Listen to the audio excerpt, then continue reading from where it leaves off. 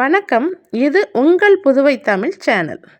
நம்ம புதுச்சேரியில் உள்ள தாவரவியல் பூங்காவை, அதாவது பொட்டானிக்கல் கார்டனை புதுப்பிக்கும் பணியை தொடங்கியிருக்காங்க.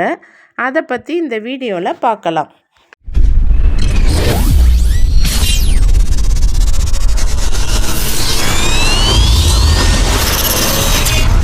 பாண்டிச்சேரியில் உள்ள இந்த தாவரவியல் பூங்கா 1826 பிரெஞ்சுக்காரரான சார்ஜ் சாமுவல் பிரோடட்டுங்கிறவரால் நிறுவப்பட்டுச்சு.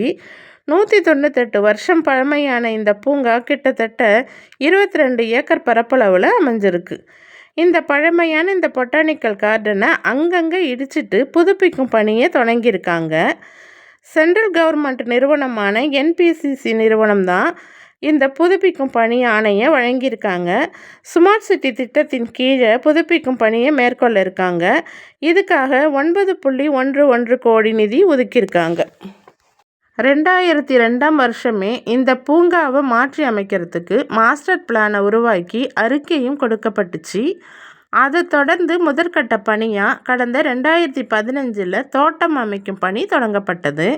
இப்போ புதுப்பிக்கும் இந்த பணியில் பூந்தோட்டம், ஆஷ்லர் பாலத்துடன் கூடிய லில்லி குளம், ஜாக்கிங் ட்ராக், புதர்ப்படுக்கை, குழந்தைகளுக்காக தனி விளையாட்டு பகுதி, குழந்தைகளுக்கு புதுப்பிக்கப்படும் ரயில்னு இப்படி எல்லாத்தையுமே புதுப்பிக்கிறாங்க.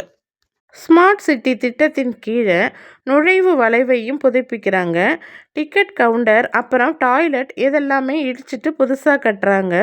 வெளிப்புற ஜாக்கிங் ட்ராக், கண்ணாடி மாளிகை, தோட்டம், ஆம்பி தியேட்டர், செல்ஃபி பாயிண்ட், வரைபடத்துடன் சைகை பலகைகள் இது எல்லாமே புதுப்பிக்கப்படுகிறது.